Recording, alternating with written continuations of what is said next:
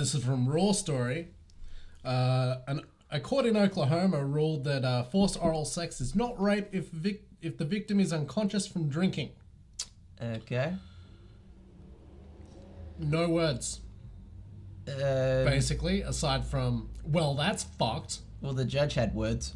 Well, the judge had words, but the judge is also a fucking idiot. Oral sex is not rape.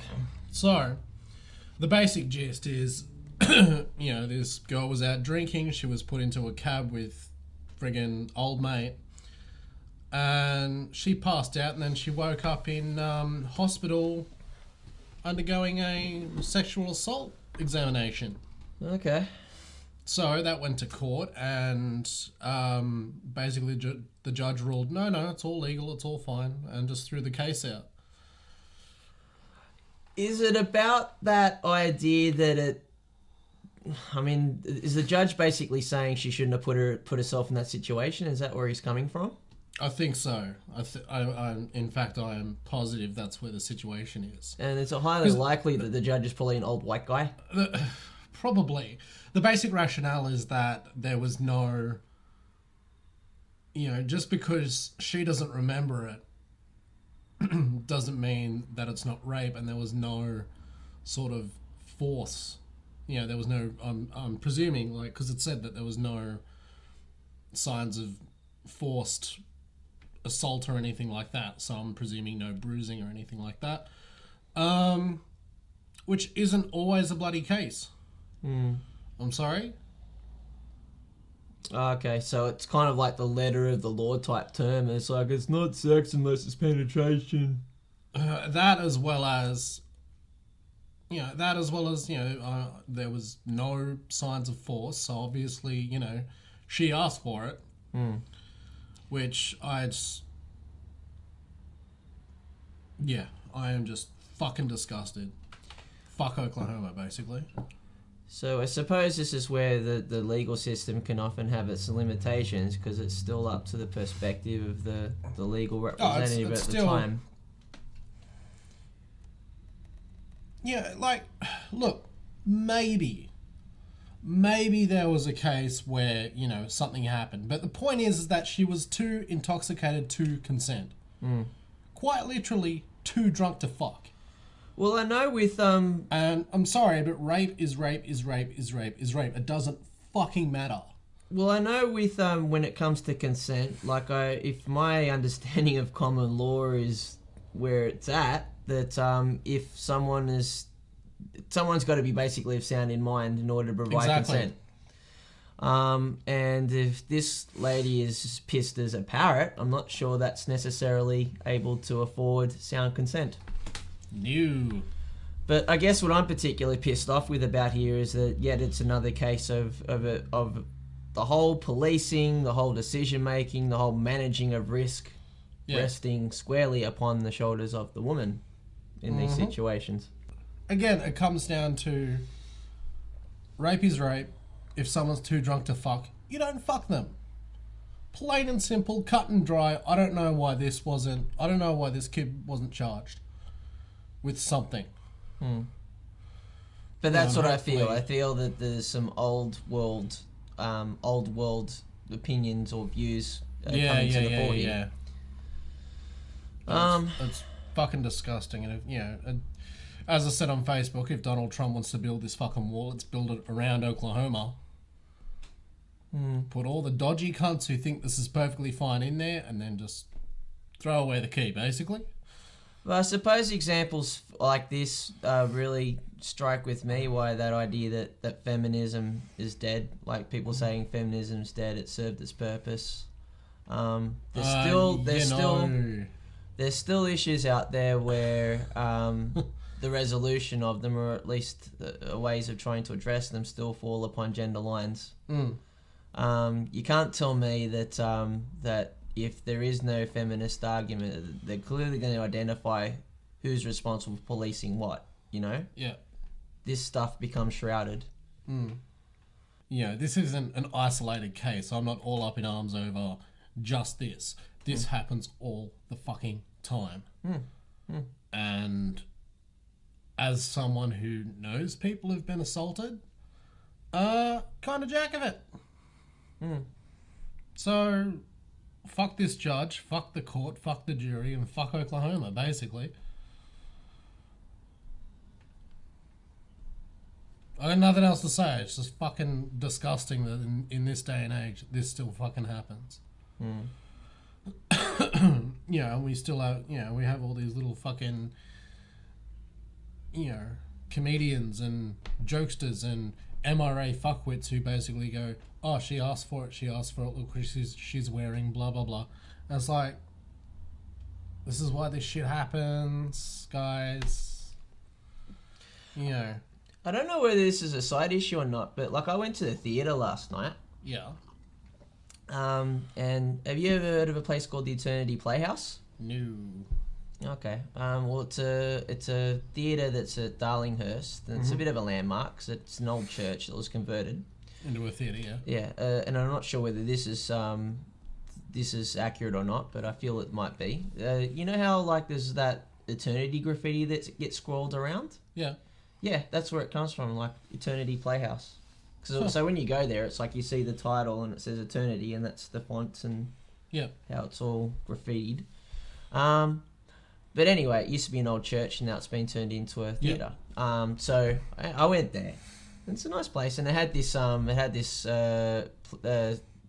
performance called Savages, where it's basically for like it's a stage that involves the deck of a ship, and there's 4 guys. And they basically just want to cut one loose on a cruise for 2 weeks. And it's basically men behaving badly. Yeah. And then as the play progresses, you kind of realize that they've got some dirty laundry. And then they get really, really drunk, and then it's like, we're going to go nuts. And it's kind of like you got to nail a chick on your first try, because that sets the scene for the rest of the cruise. And then I don't know whether this is a spoiler or not. Do you get theatre spoilers? I think if it's something new, if it's something like Shakespeare, you're not going to spoil much of anything. Okay, well, it's not Shakespeare, but I'll do a theatre spoiler. Alright. So here we go. This will be the first theatre spoiler. Yeah. So if you haven't seen... What's the play? Savages. If you haven't seen Savages, then, skip the next 5 minutes or so that we're going to talk about this. Anyway, it's not so much the plot, like it's the actual themes that really attracted me to this production. But anyway, at the end, it's like one of the characters comes up with the idea of having this vial of liquid that let's roofie up some drinks, right? And let's see what happens. And the way it presents itself at that point is like that's the most vile act that these guys can do. Fade to black, the show's over. So to me, it was a very thematic thing that really talked about the male condition. Like they act as pricks, but this is why they act as pricks and they're also 40-somethings as well, Yeah. So they're kind of the sense where, I'm 40 years old, what have I got to show for it? And they basically go into their train wrecks of lives, and basically this whole 2-week cruise is going to make amends for everything. And they do it by getting blind and trying to root as many randoms as they can. Because nothing says you amount to something by betting as many chicks as possible. But of course that doesn't go according to plan. So one of them has the idea of having the Mickey, and that's the end of the theatre. So I don't know. It just that's where it seemed to me that whole idea of policing. And I think that whoever wrote that play, I think they wrote that not too long after this story that happened, I think 5 to 10 years ago, where a woman died after being sexually assaulted on a cruise. Yeah. Because someone slipped her an ecstasy tablet or something from memory. And I just remember the articles that were up at the time. There just seemed to be a tone that she shouldn't have put herself in that position. Or, and this is a crazy idea, the guy could have not given her an ecstasy tablet. Yeah. Use his charms and wiles instead. However many he doesn't have. Yeah, so I think that's so. Probably just getting back to the play. I think that's what it was teasing. It's like boys will be boys, but does that necessarily have to be the case? See, that argument shits me because that basically says that men can't control their urges. We're just wild pack animals who happily, do whatever comes to their fancy, rah rah rah, and we can't control themselves. Again, it's like all this stuff about women need to protect themselves and take judo lessons and stuff like that because men can't be trusted. It's like, well, how the fuck does that make us look? For me, I'd like to see a conversation shift to what's the ability for a man to make a sound decision, Not be a fuckhead. Easy. Well, not be a fuckhead, but I mean, as well as that, I mean, I know there's anger management classes out there, and one of the basic principles they try to teach is that anger is not an instantaneous thing. There is always a choice. You can choose to do the angry thing, or you can choose to kind of like take a bit of a step back and say, look, I'm just going to cool off before I do something I'm going to regret. Yeah. Why isn't the discussion about that rather than saying, well, look, this is what a woman does to be able to avoid this situation. This is what a woman does in order to assess all the risks. This is what a woman has to do in order to explain her situation to a man. Yeah. I'd like to see a shift of conversation away from that. And I mean, of course, feminism is doing their best to try to prosecute that, but I think that's a role that guys can play as well. Absolutely. Absolutely. And a lot of the stuff that I see on feminist pages and stuff like that do occasionally post up, hey guys, if you see this happening, make a deal about it. Don't just let it happen. You know? Call out your mate for catcalling. Call out, this guy for whatever. Yeah. It's like, the onus is very much placed on the guys in that respect. But a lot of that policing doesn't really happen because, I don't know. Like the story in Oklahoma, that's not going to go away for the victim.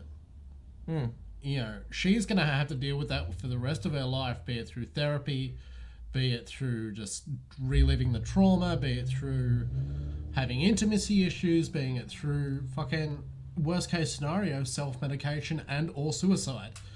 There is no winner.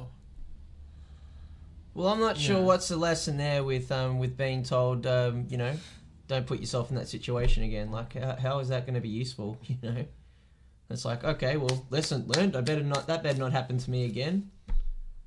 But I guess for me, It's like, why does a person necessarily have to be in that situation? Why do they have to have that sort of responsibility foisted upon them? Well, that's it. What we're just gonna lock all these, delicate flowers up in, their houses and stuff. No, women can't go out ever, just in case they get raped. It's like, no, that doesn't solve the problem. The onus is on the rapist not to rape. Yeah. And much like the anger thing, which you brought up before, that's a fucking choice. You don't accidentally fall and trip on someone and then, it's not a thing. It's a fucking choice. It doesn't just happen. I think everyone has the capacity to show good rationale, to make sound judgment. But people don't, and this is why I'm hoping the inevitable heat death of the universe happens quicker than expected. So, and fuck Oklahoma.